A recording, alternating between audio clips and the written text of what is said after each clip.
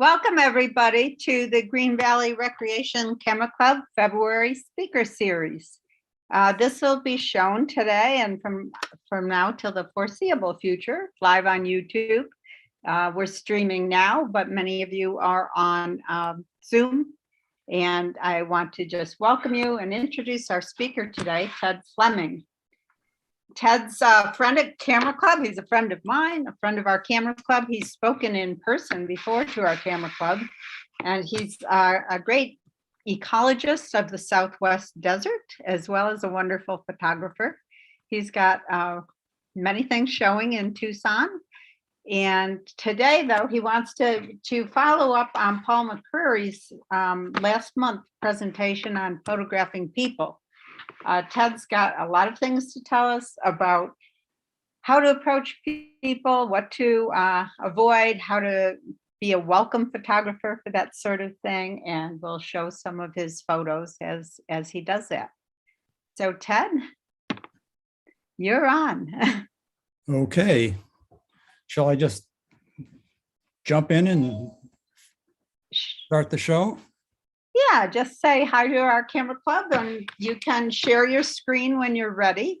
They can see you now, of course. Okay. Yeah, I had the pleasure of speaking to you folks a few years ago about my approach to photography as an art form. And so this is just going to be a continuation of that, I think. You'll see many of the same types of images as I showed you before, but the focus in this talk will be specifically on taking people pictures, okay? That's one of my favorite topics. I have two favorite topics. I, of course, am a professional biologist, so I love wildlife.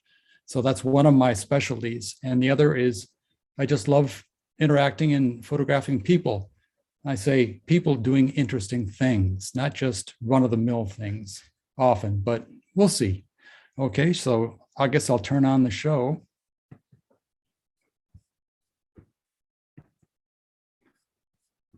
Can you all see that? It looks good on my screen. Good.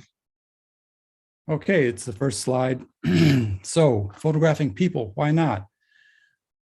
It's kind of in my experience that most people don't take pictures of people other than those that they know.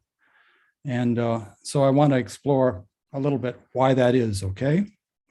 So what motivated this program was that one of my friends in the Tucson Camera Club always takes travel pictures and landscape pictures in which he goes to great lengths avoiding having people in his pictures. And I don't understand why he or other people do that. So how many of you would take this kind of a landscape photo up at Monument Valley? Well, I was there with my camera, and here was this newlywed couple from Italy. They saw my camera and they thought I might be a photographer. So please take our picture. And I said, I will, but I have to be able to take a picture of you guys too. So that's what happened. Here's another landscape shot, and it's less comical because adding people to landscapes, vast landscapes especially, really set the scale. So this is from Arches in Moab with a person that didn't know they were being photographed, of course. In some settings, we simply can't avoid photographing people, and most of us don't even attempt to take pictures when there's lots of people around. The left image is from the lobby of the Metropolitan Museum in New York City. The right, of course, is a subway scene, which I was told later I'm not supposed to take pictures on the subway, but I did it anyways. So my objectives this afternoon would be to give you an introduction as to people as subjects of art, my background in photographing people. Where can you photograph people? Isn't it pretty obvious? A better question is, where can you not photograph people where they aren't? The equipment I use to photograph people, and how to, the rewards and joys of photographing people. And hopefully this will be an inspiration to just get out and try it. So I think we all tend to have photographic comfort zones. Is that right? Would people agree with that? I sure would. Yes. Yeah. And so my photographic comfort zone is not landscapes. It's, as I've said, wildlife and people. But many more people find that landscapes and flowers are definitely within their comfort zone. And I would say one of the reasons why this is true is that these are non-threatening subjects, okay?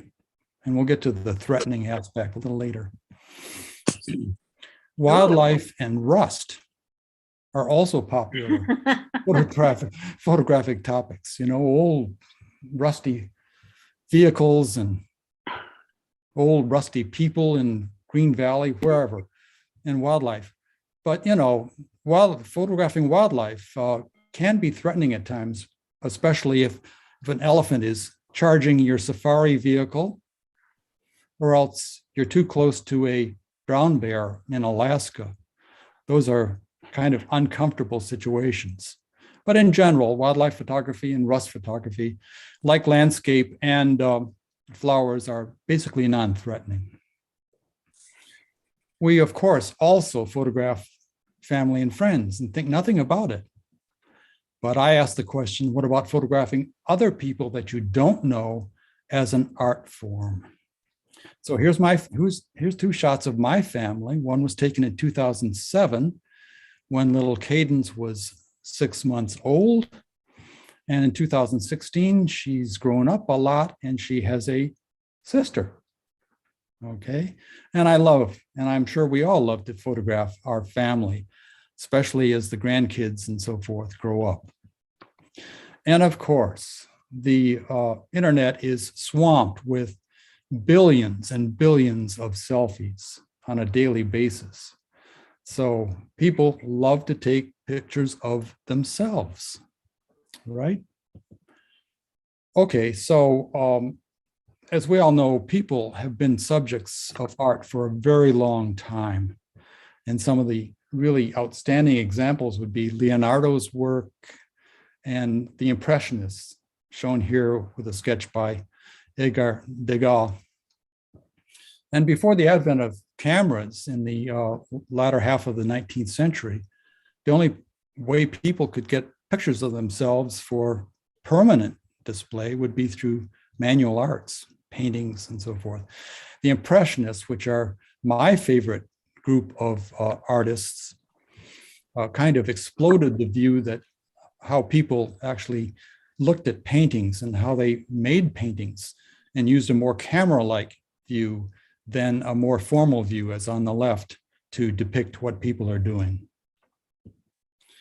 And then photography came on the scene in the latter part of the 19th century, and it was resisted for a very long time as an art form, as a legitimate art form.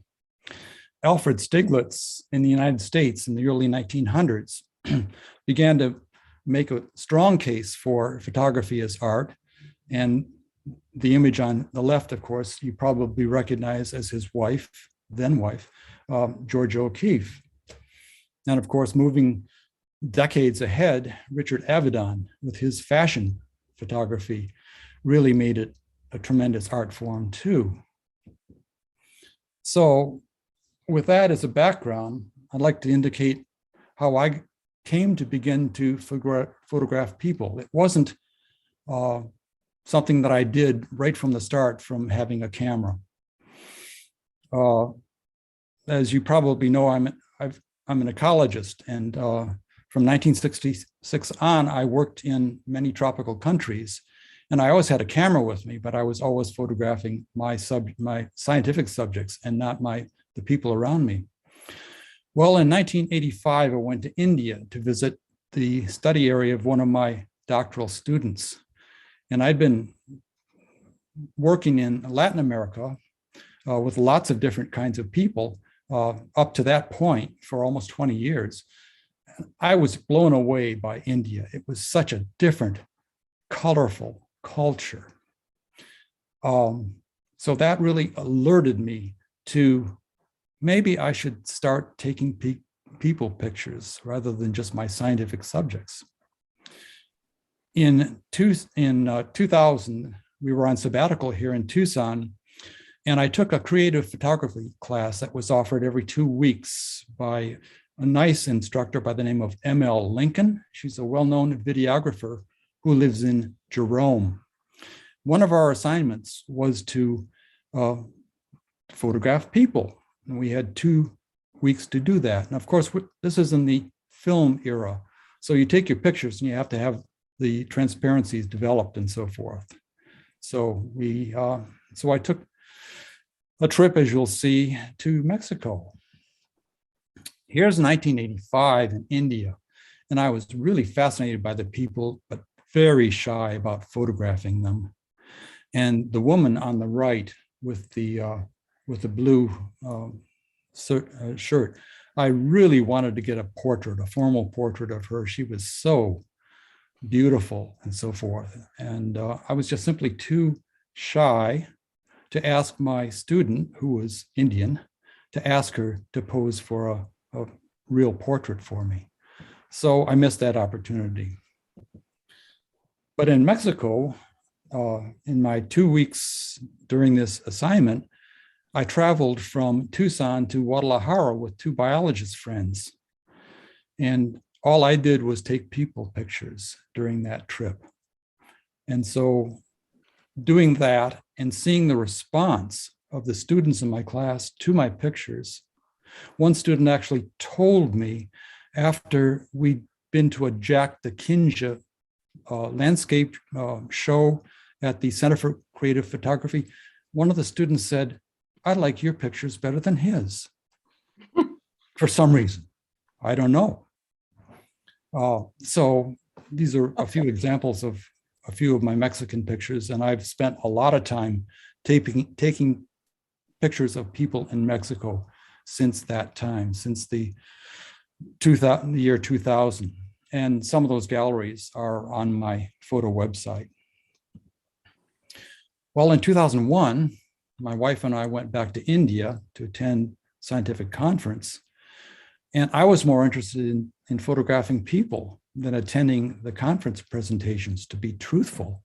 And I was actually president of that society at the time, but I was AWOL for most of the meetings because I was out in Bangalore just taking people pictures. And of course, I was no longer shy about it. And I learned there's a big cultural difference in understanding the responses of your intended subjects to being photographed. So my student Renee and I went down to downtown Bangalore, and I saw a woman in a beautiful purple sari. And I asked Renee, "Could you please ask her if I could take a picture of her?" And so she went up and she did. And the woman wagged her head back and forth, back and forth. And I took that as absolutely not, which in Indian culture means of course. So I missed that photo opportunity. At any rate, it was a great fun taking pictures of people in India the 2 weeks or so that we were there. Here's some rural school kids that we encountered just walking through a village way away from the big city. And the gentleman on the right was a big surprise to us because he speaks perfect British English. And he was on a journey of discovery at the end of his life in India. He'd worked in the mining industry as an administrator, and now he was going native and walking from one temple to another. So we had a very nice chat while I took his picture. So ever since 2001, I've been photographing people as a creative artistic endeavor. This may not be surprise to you folks, but I'm not a pure photographer. I use photography as a means of creating art. Many of my photographs end up as photo montages and digital paintings. I love to work with layer masking and manipulating scenes, manipulating backgrounds, and so forth. And those are the kinds of images that show up in my occasional gallery shows, not my straight photography. So, where can you photograph people? Well, the easy answer, of course, is everywhere. But in terms of being a serious photographer of people, you've got lots of opportunities. Photo workshops with models is clearly a non-threatening venue where people want to be photographed. And I've taken advantage of Arizona Highways photo workshops for this, as you'll see in just a minute. Public events, such as the All Souls Parade, as we'll see, are full of people that want to be or expect to be photographed. So that's a non-threatening venue. People aren't going to come up to you and say, put your camera down, get out of my face, I don't want to be photographed. Street shooting, on the other hand, is not quite as comfortable. It can be threatening. It just depends on where you are and how you approach the job of doing street shooting. Random encounters, especially during travel, can also be threatening because not everybody wants to be photographed. But I found in my travels that with a smile, nod of the head, even if you don't know the language, and with gestures, it's very easy to get permission to photograph people. Most of the people I photograph, I don't sneak pictures of. That's something that's very infrequent in my photography, but I'll still do it. I'll take pictures of people that don't realize they're being photographed if I feel that it's a very interesting composition or it's an interesting looking person. But most of the pictures that I'll show you are of people that I had contacted and broken the ice and gotten their permission to photograph them. People are often wonder about model releases. Should you be carrying in your backpack or whatever a whole series of model releases? And I don't routinely do that. I don't routinely ask people I photograph to sign a model release. As far as I understand it, and I can be corrected about this, but model releases are necessary whenever you use people's images for commercial purposes. Just casual pictures of people, particularly in public locations and so forth, you don't need a model release as far as I understand it. Some of the rules on Arizona Highways photo workshops are you can use the photos for fine art photography or for your own use, but you can't use photos taken on their workshops necessarily for commercial purposes. And I avoid commercial purposes, so I'm not concerned really about model releases. As a courtesy, I often ask people for permission before photographing them, and I often make an effort to share my images with them via email, if at all possible. It's not always possible, but at least I make an effort wherever it is possible. Ted? Yeah. Looking at these, I know with people new to photographing people, the shyness sometimes overcomes everything that you've listed here.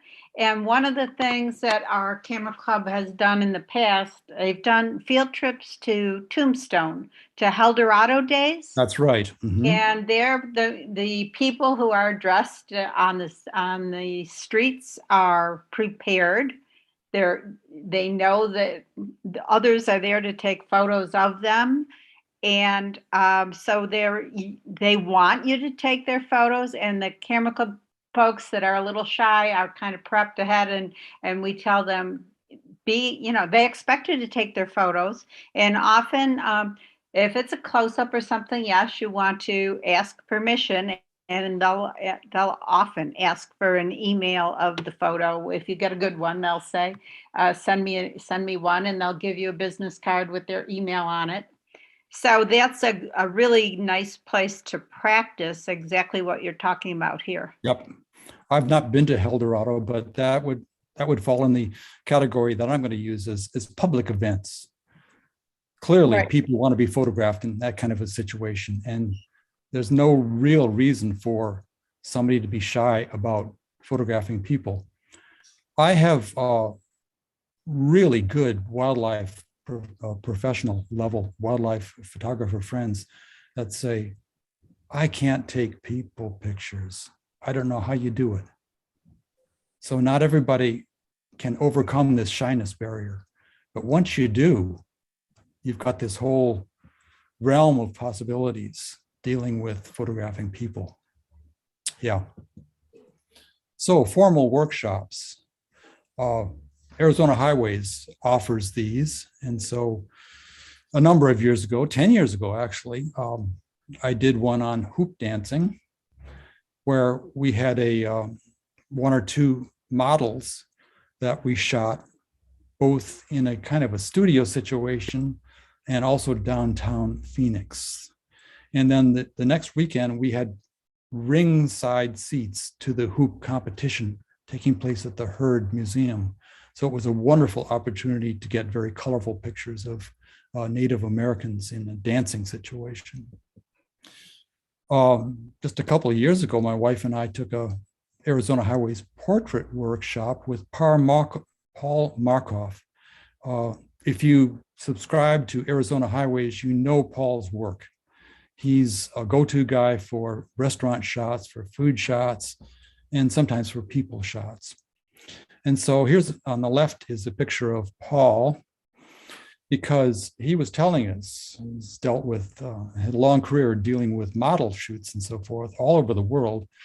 He said, it's so much BS working with models, you know, I really don't enjoy it all the time. So I found just outside his store in Phoenix, on the street, these kinds of graffitis. So I naturally put BS next to Paul because that was his major message to us. It's all just BS. But at any rate, we had two wonderful young models.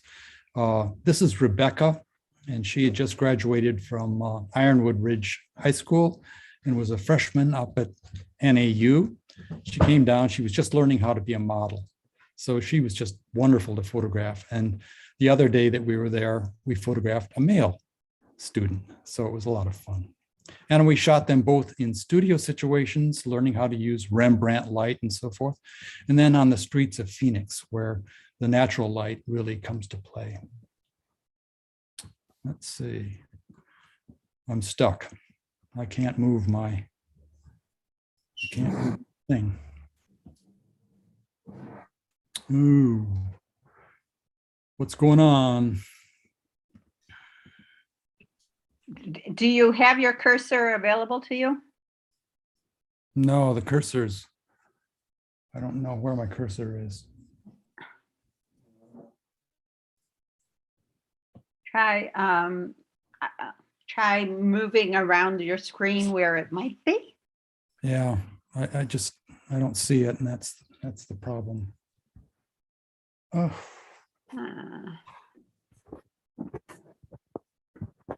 I'm frozen, actually.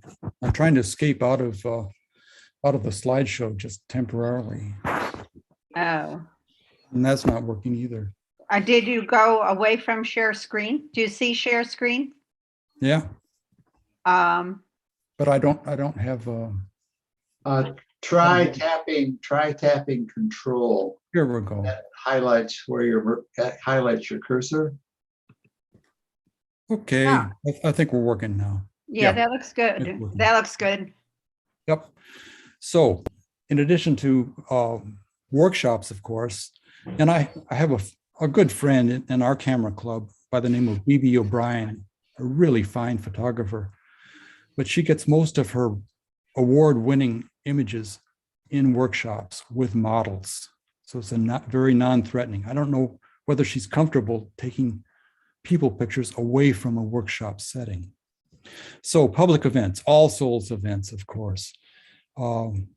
That's where people expect to be photographed. And there's often at least a 1-to-1 ratio of photographers and participants in an All Souls event.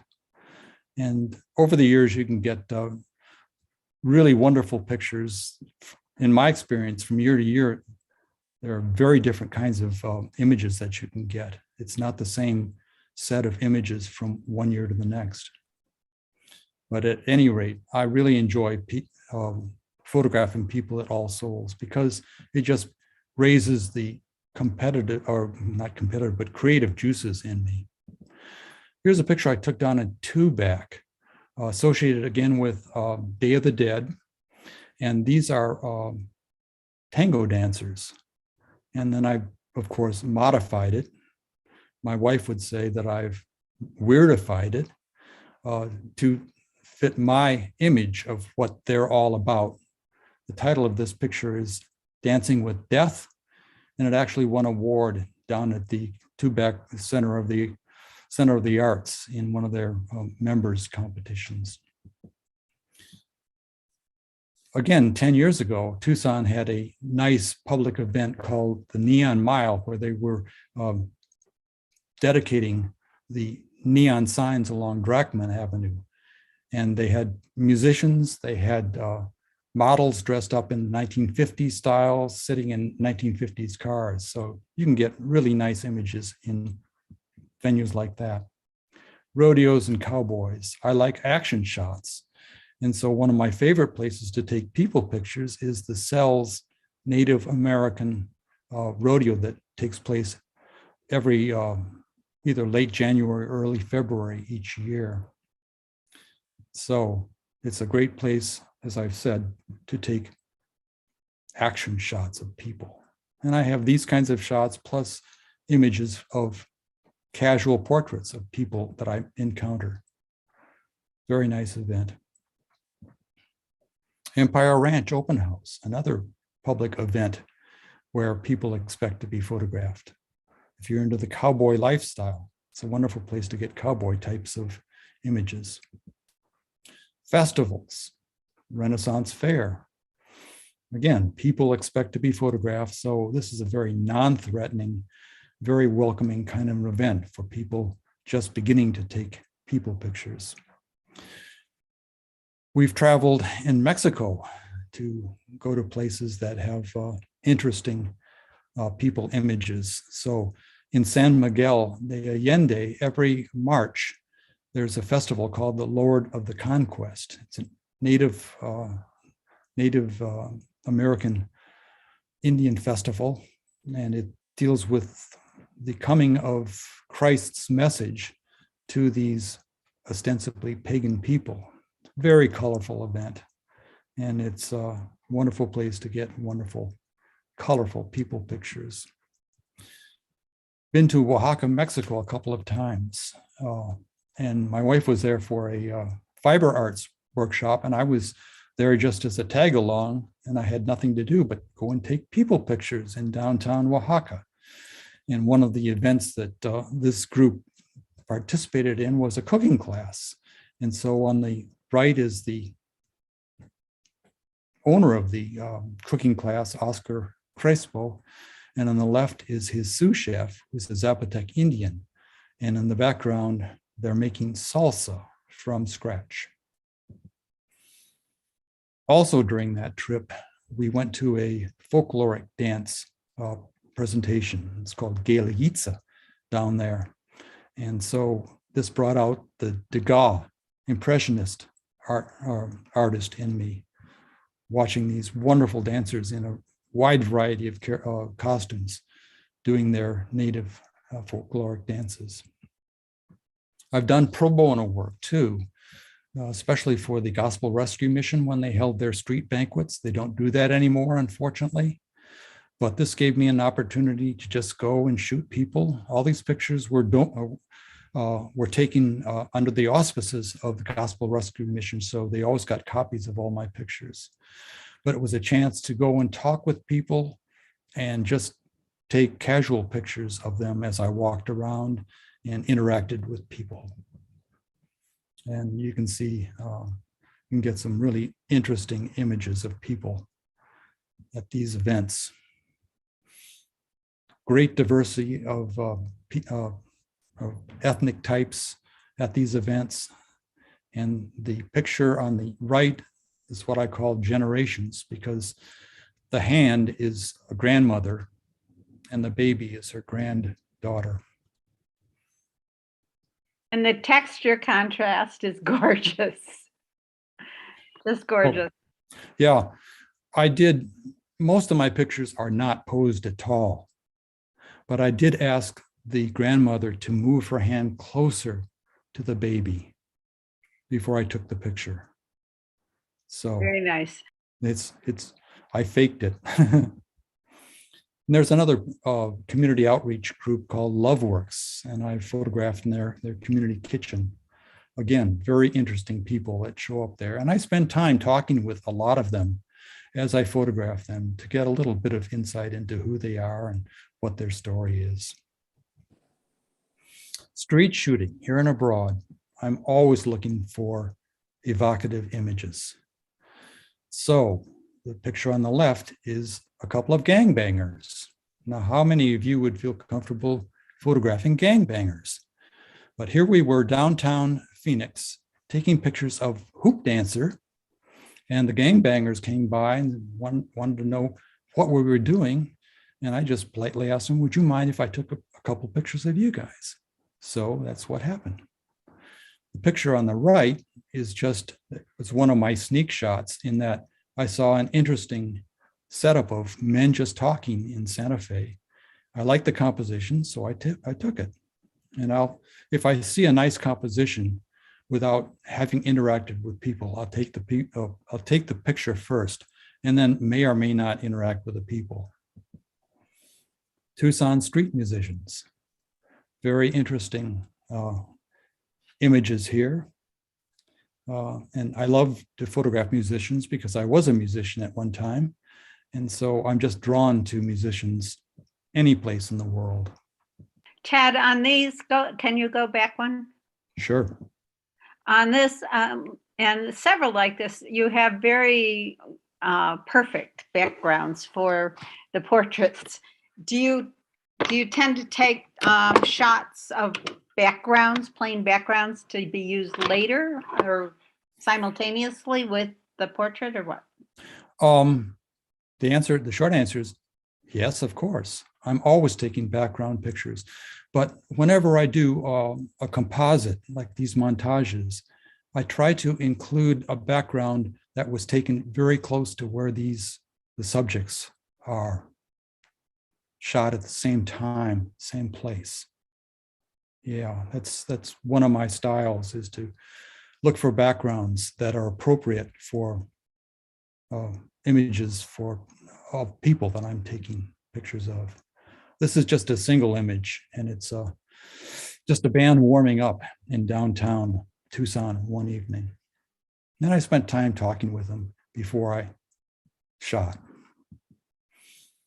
Then I've wandered around rural southern China on 3 occasions, actually, as a guest of the Chinese Science Academy of Sciences.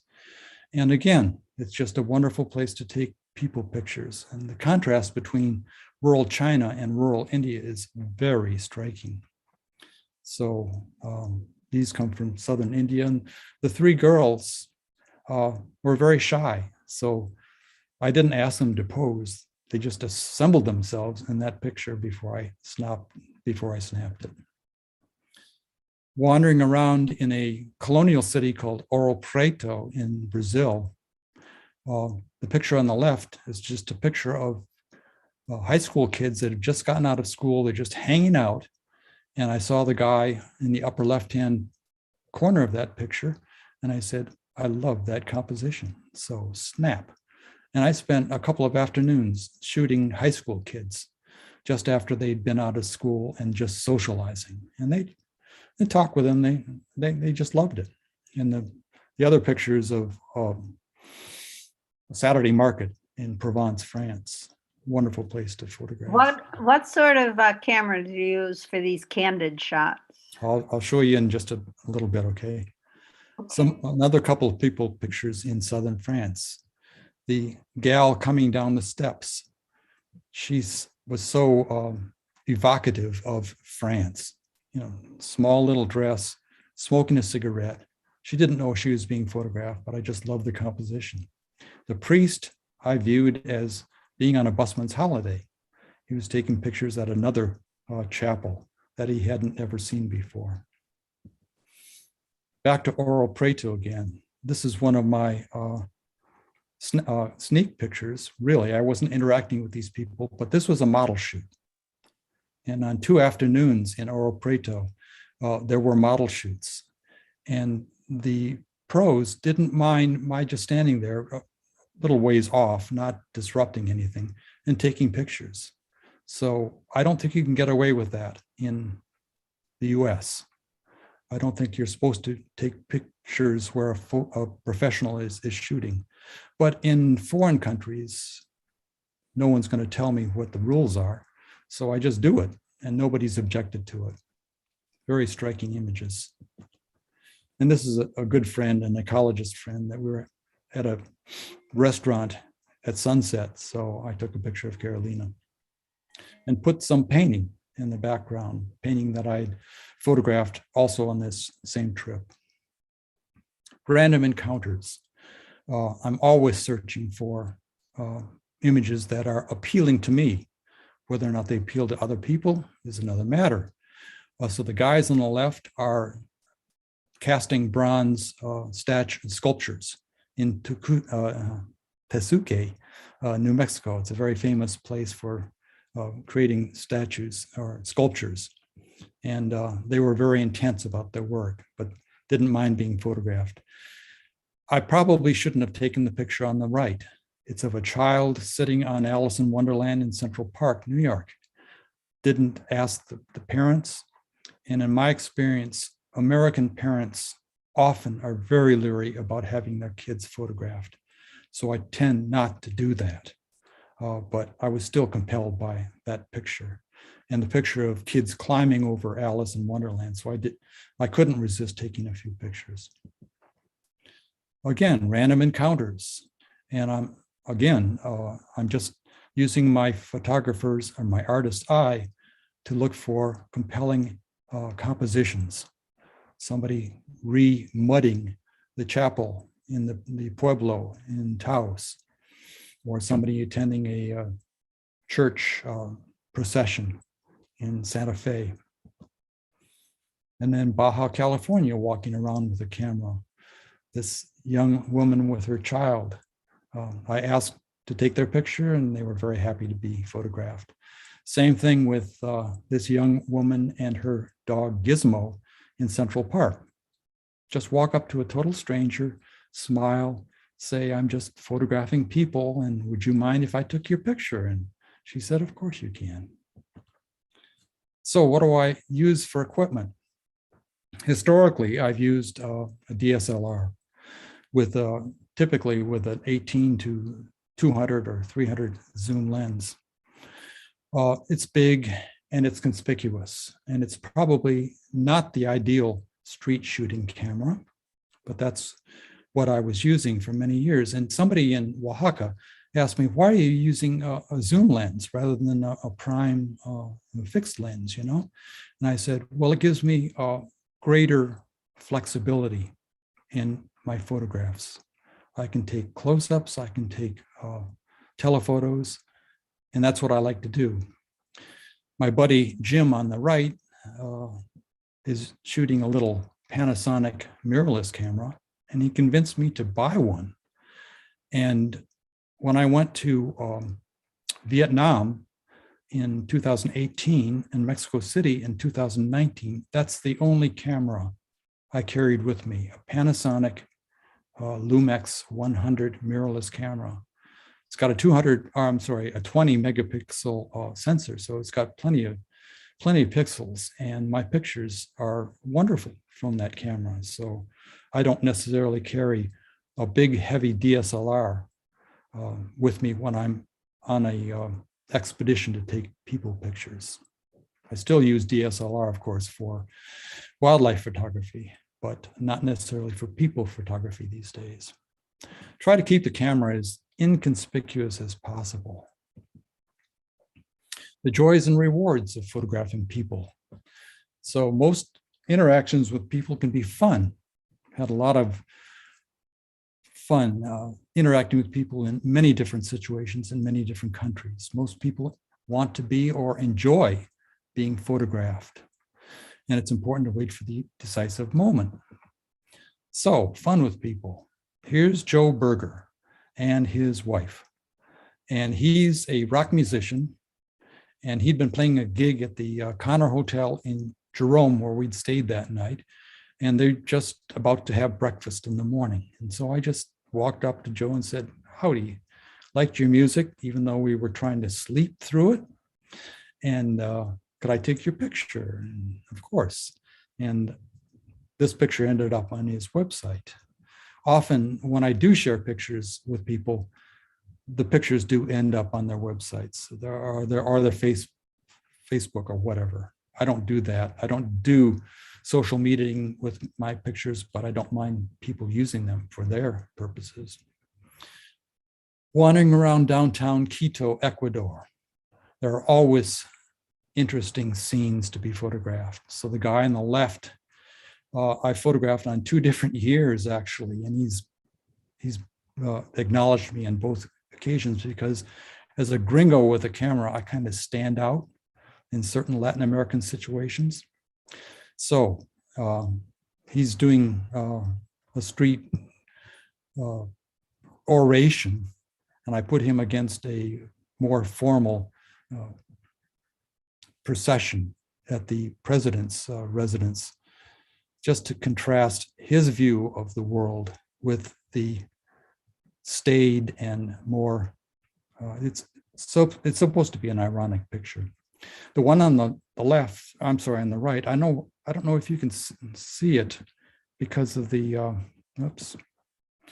because of the people's faces, but there's a guy on the right with an odd look on his face. And what he's doing is telling dirty jokes in a park to a crowd. So the image here is the crowd reacting to his dirty jokes. And of course, he spotted me and he wanted to know, where the hell are you from? And I told him I was with some Canadian friends. I'm from Toronto. Don't mind me, I'm harmless. So, yeah. If you're wandering around places like San Miguel or even Oaxaca, you're going to see wedding processions along the street. And it's a wonderful place to take people pictures because it's a very joyous time when the wedding's taking place in a church and the people are walking around going to a party or something, and everybody's in a really good mood. And then on another occasion, I was in Jamaica. These are all on scientific trips, I have to say, looking for bats. And I stayed at a place where the guy on the left in that picture, Sugar Belly, was the cook. And we were doing a barbecue. And most of the men in this little event were stoned or drunk, but loved to be photographed. People often ask to be photographed. This is especially true in a place like India. So here we're back in rural India at a World Heritage Site, and my wife and I are the only Westerners there. So we kind of stand out. And a number of Indian Asian tourists asked us to join them in their own selfie pictures. They wanted tourists in their pictures too. And this is an extended family that wanted their picture taken. In Quito, Ecuador, these 2 schoolgirls wanted their pictures taken. They were on their way to a protest, which is shown in the background, about certain government policies. So there is a political message in that picture. And then Zorro on the right, I met in a Starbucks in downtown San Miguel. He was one of these golden mimes that stands around and has his picture taken by tourists. He saw my camera and he said, why don't you take a picture of me with a real camera, okay? So we moved outside and took some pictures, and they, again, ended up on his website. Another occasion, I was walking through the village of Supai down in the Havasupai area, again, on another Arizona Arizona Highways photo workshop. And I was walking past this school, and this teenage schoolgirl said, would you mind taking my picture? And I said, of course. So she knew how to pose herself. She was a natural model. And her friend. Yeah, did she then like ask you to send it to her, or? She did not, And I tried through the people that were working with this workshop to get an email, and I could not get one. What do you think it is that stimulates people to want their pictures taken? It's just Ego. pure narcissism. Yeah, No, I'm just kidding. I don't know. Why not? Why not? It's pretty fascinating, actually. Yeah. Here's this gringo walking around, and at that time, again, it was a big DSLR, so it looks like I knew what I was doing. And she just said, could you please take my picture? And of course I will, because she's beautiful. Yeah. People that I've asked to photograph, those were people that asked me to be photographed by me. People that I've asked to photograph include, on the left-hand side, Francisca, who runs a fashion boutique in the town of Socorro, or Arroyo Seco, just north of Taos. And I put fiber art against her. But the picture on the right is one of my favorites because the story is so compelling. I was at Delicate Arch in Arches National Monument, and we were watching a Chinese film crew filming two models, photographing two models, dancing down on the bowl. If you've been to Delicate Arch, you know there's a bowl that the arch is on the lip. And so we were there just watching. And then I moved away from the crowd of tourists that were taking pictures of this event.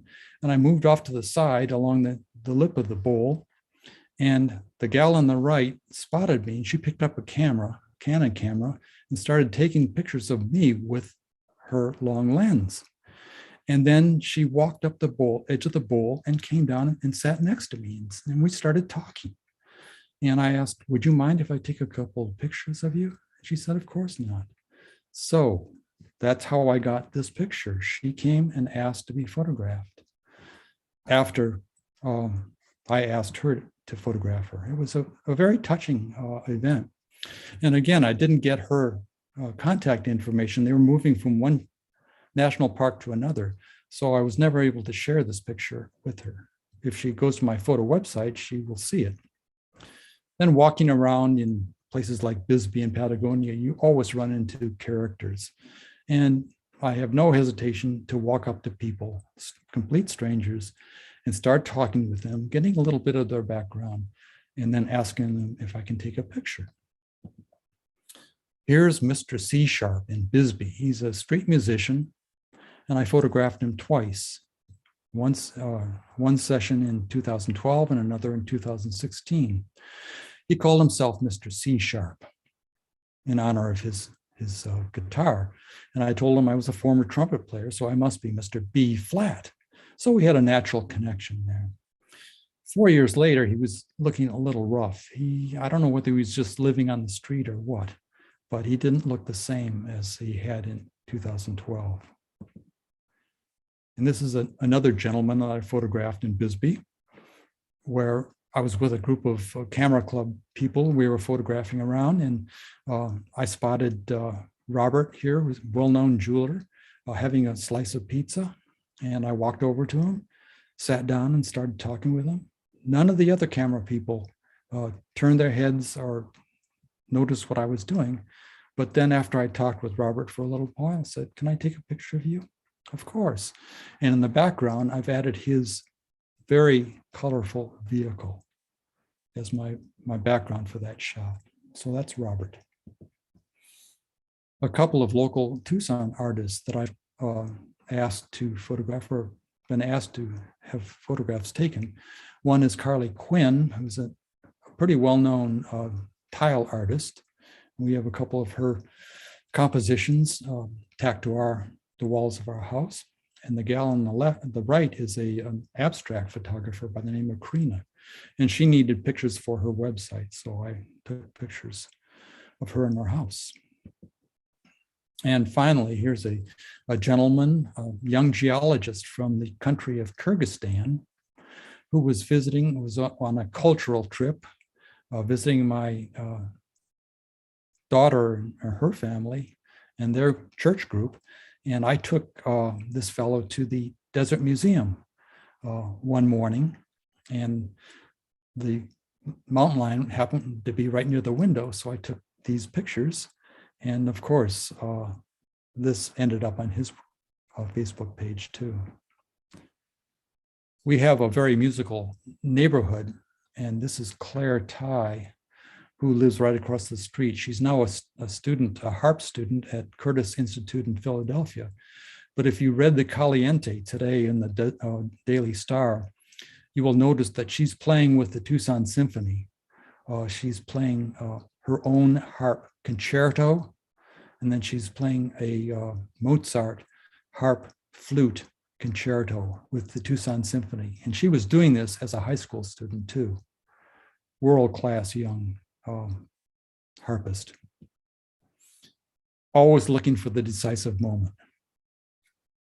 The rodeo, and one of our people that was on the work crew with us down on Havasupai, just letting off steam. I've shown the picture on the left to your group before because it's a picture of what do you do with an image, and I had pre-visualized that image sitting in the plaza in Quito, downtown Quito, Ecuador, watching young boys chase pigeons. And finally, a young girl with a red sweater came by and did the same thing. And that's the picture that I wanted. It took me 2 hours to wait for that picture, but it was worth it. And on the right is just, I'm interacting with some cooks at a local market near Quito in Ecuador. And we're joking around, and they were really joking around. So got that picture. Decisive moment. Musicians, I love musicians. So this is Genevieve Gauss. She's moved to LA now, but I'm looking for the decisive moment to take a picture of her in the middle of a song. Picture on the right was taken at the Blue Note in New York City, and photography, non-flash photography is allowed there. This is a picture of the famous jazz guitarist Russ Malone playing with Ron Carter, who's the bassist in the background, the Ron Carter trio at a gig celebrating Ron's 80th birthday. So I loved his pose and took that picture. And then here's one of our Tucson divas. This is Crystal Stark, a really wonderful singer and entertainer. And this was a picture that I took and shared with her. I'm sure it's been used on her Facebook page on numerous occasions. Finally, here's New York City again with musicians, and it's a picture that I didn't really know that I'd taken, really. I was focusing on the two musicians. And the image before this one, the woman is by the same level as the tree, and she's just looking ahead. But this picture, she's looking back at the guitarist. So I call that the look. It was totally unplanned, but I think it's kind of neat. Just wrapping up things, 4 recent US portraits. This is a picture of a Navajo rug weaver in the Monument Valley. She's talking to my wife about tapestry weaving. So I took a picture of her as she was interacting with somebody else. Then in Moab, there was an art fair, and I took a picture of this chap, Mark. He's a new age kind of guy, and he was selling new age paraphernalia. And I've kind of made it a new age kind of feeling to his image. I sent it to him and he never responded to it. So I have no idea whether he liked it or not. spent a lot of time talking with this gentleman. He's a professional landscape photographer. He was at the art fair too, and talked about whether or not you want people in your landscape pictures or not. And he said, definitely not. I take landscape pictures to get away from people, not to include them in my formal landscape images. So he liked this picture when I sent it to him. And this is just a random encounter with a person in Alpine, the little town of Alpine, Arizona. My wife and I were up shooting mating elk, and in the town, in and around the town of Alpine. But I ran into this hardware and took a picture of the hardware owner, Phyllis Sokolov. Again, I'm looking for interesting people with that can lend themselves to interesting compositions. And 4 recent foreign photographs in the Amazonian Peru. This is a fellow I didn't know he's being photographed. He's one of the Ribieros who lives along the river and must have a very interesting life, but I have no insights into what he's thinking about in this pose. He wasn't posing for me. In Arequipa, Peru, up in the mountains, there was a street fair going on. There was a street protest going on.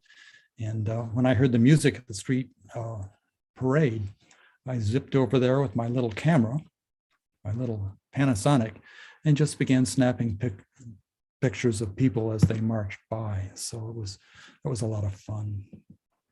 And then in Vietnam, again with my small camera, I took this picture of a 90-year-old woman that we'd gone to her village, and she was telling us about the joys of chewing beetle nuts and so forth. And that explains why her teeth are completely rotten.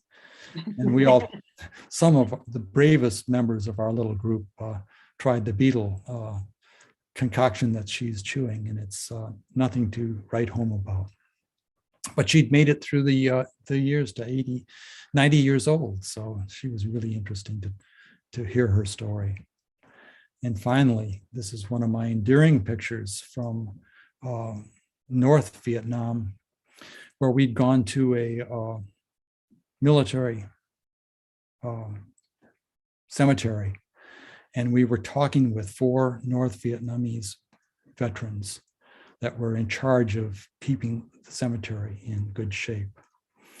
And of course, here's a group of gringos. We were taking a tour run by OAT, Overseas Adventure Travel, a wonderful, wonderful tour of Vietnam. We were in the back roads a lot of the time talking with Native people.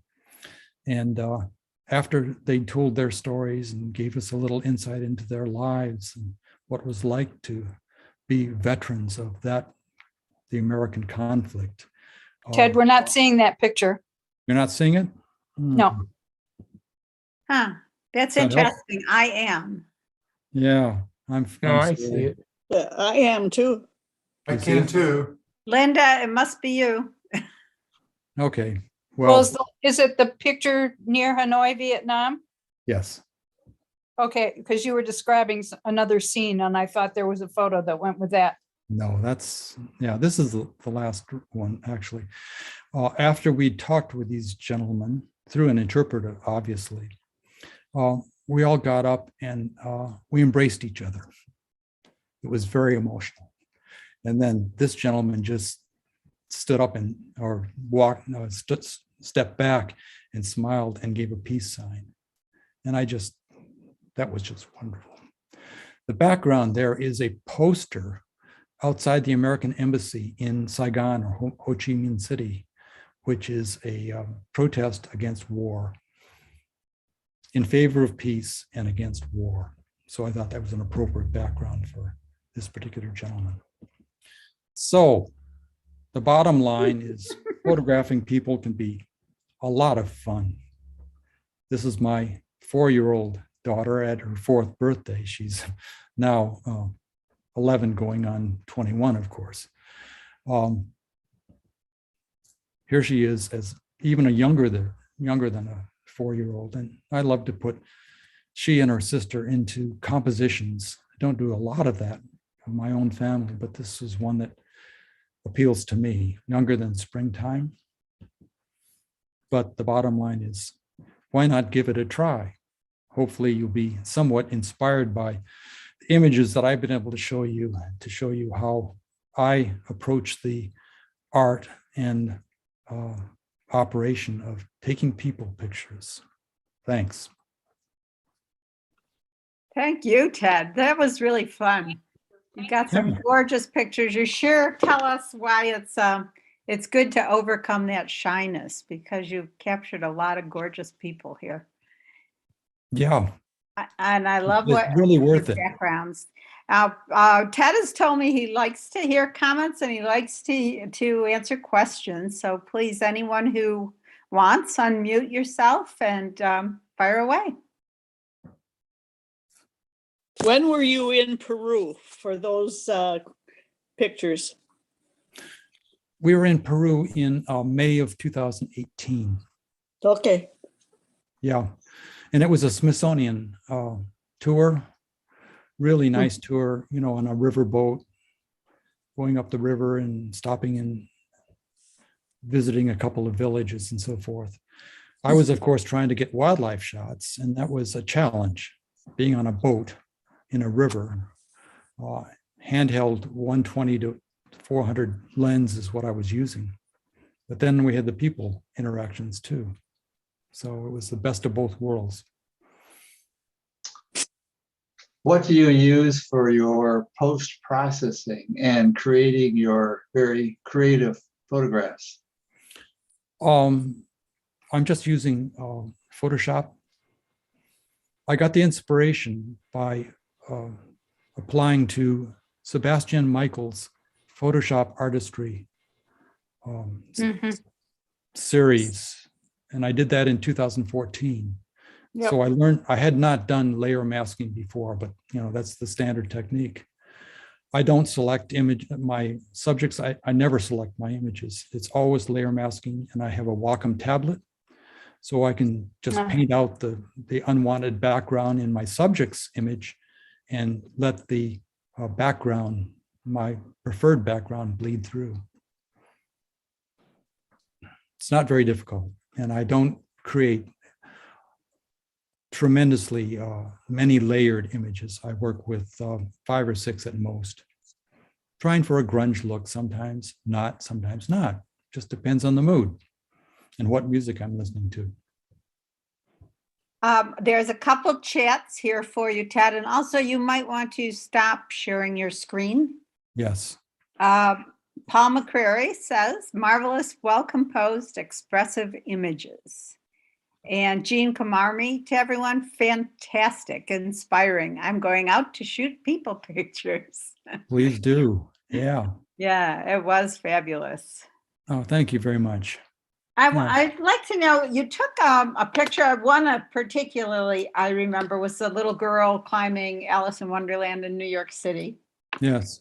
And you said you kind of hesitated to take it, but you wanted that photo and you took it. What do you do with photos like that when you wouldn't put that on your website, would you, or would you? I would not. No. It's not I don't think it is. I can't remember. I do have a gallery of New York images. And do you just sort of keep those for your own enjoyment? Yeah. I've got a ton of people pictures that I would never post anywhere, but it's just for my own enjoyment. But the ones that I really like and the ones that I can do something creative with, they often end up in my galleries on my photo website. Right. And I suppose those sometimes it'd be worth asking for, right? Well, nobody asks for anything from that website. Some of the pictures do show up in gallery shows, and I've actually, I have sold people pictures. I've sold as many people pictures as I have of wildlife pictures. And those people pictures, are some of them candid and without any permission because they were at a public event? Yeah, for example, a couple of years ago, I had a gallery show at the Hotel Congress at the time of All Souls Parade. And lots of, about 20 pictures, mostly metal prints. Mhm. And really colorful show. Unfortunately, nobody bought a damn thing there. But I've been told that that's not a good place to try to sell things. So, but at any rate, it had a lot of candid pictures, but a lot of non-candid pictures too, of people that, I had asked to photograph, or they didn't mind being photographed. Yeah. Okay, somebody's not muted who probably didn't want that on our show, but there are maybe some other people who'd like to comment. And if you do, please unmute yourself and let's hear from you. Yes, I have a question. This is Nancy. Hi. Do you have any estimate of how many pictures you do not use that you've taken? Oh, I mean, 50% more? I'm getting more and more selective because, once you've taken 200,000 or more. Yeah. Well, it was just wonderful. The next time I go to Monument Valley, I will have people in my photo. Well, it's worth thinking about at least. I wouldn't reject the idea of including people in pictures. Okay, thank It's you. just something I like to do, but it's not for everybody. I could never convince my friend Steve Dell from our club. You people may know Steve Dell. Everybody knows him, to include people in your pictures because he just doesn't like to. He will wait for a scene to clear of people before taking a picture of the scene. That's too bad. Yeah, it's too bad, but that's his choice. Yeah. It's not my choice, but it's his choice. Thanks. Yeah, it's not for everybody, but once you get into it, I think it's almost addictive. I'm always looking for interesting people. I was walking along the Great Wall of China one time with a film camera, and I saw this really striking Chinese. She had to be a model, and she had some other women around her, like sycophants or whatever. And so I got up the courage. This was in 2004. Got up the courage to go and ask if I could take her picture, and she said, "Of course." But I was attracted because she was very attractive. Yeah. But I look for really interesting people too, with non-attractive faces. Yeah. Yeah. Anyone else? Linda, you're unmuted. You have Yep. Well, I love taking people pictures. Any chance I get. Tombstone has a lot of events, not just Eldorado Days. And that's a great place to start if you're nervous about taking photographs, because as you said, Ted, they're there to be photographed. And one of the things that a friend and I did, we had gone down, I think it was for Eldorado Days, and we got some really fantastic people pictures, and we printed them out in 4x6 format and took them back when we went back the next time. Yes. And they absolutely loved them. They said, excuse me, some said they never got a chance to see the pictures that people were taking of them. Absolutely. Yep. And they actually, a couple of actually offered to pay us for them. Now, this is a 4x6 print. I said, Yeah. no, no, this is a gift. I'd only charge $40 for that. Yeah. Yeah. No, Not really. it was so wonderful just seeing their reaction at getting these pictures back. So that's a great place to start. Yeah. I was in Jerome a number of years ago, and I walked into the Connor Hotel bar, and there was this wonderful bartender. He's no longer with us. And so, of course, I asked if I could photograph him, and it's in one of the galleries, I think, but I didn't have his address or anything. So a number of years later, I went back with a print, and he had retired. And he lived down in Cottonwood, but he made the trip up to Jerome. We got together, talked about things, and I gave him the picture. And then within a year, he was dead of cancer. Oh, Yeah. But how nice that you did Yeah. that. Oh, yeah. To do 'Cause that. it's a really lovely picture. He's short. He was short. And so he told me that everybody called him Keebler for the Keebler elves.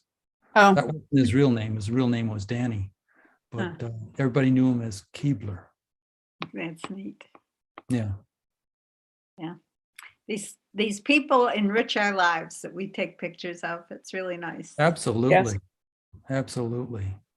I was waiting for a friend to go paddling one day, and so my canoe's all loaded on the car and stuff, and this Amish buggy drove up, and it was a beautiful fall day, and I wanted to take a picture. So I went over and asked the Amish gentleman, could I possibly take a picture of your buggy and horse? And he said, oh yes, of course. And he just sat there. And I said, well, do you want to be in it? And he said, I'll just turn my face away a little. So I took a picture, and I just had my phone. So I show him on the phone, and he said, could you come by and give me a print of that? Which really surprised me, but yes, I did. And then he invited me to come back and photograph his lumber business. Uh-huh. So cool. one day I hope to get back there for that. Yeah. Yeah. Okay, well, anyone else?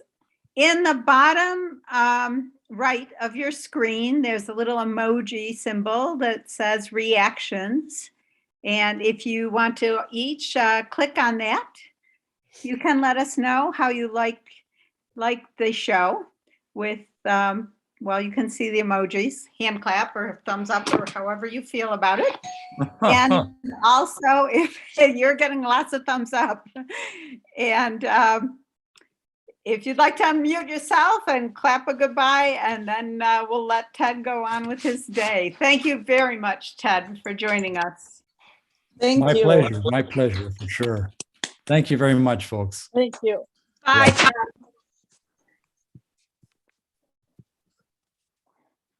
Phil,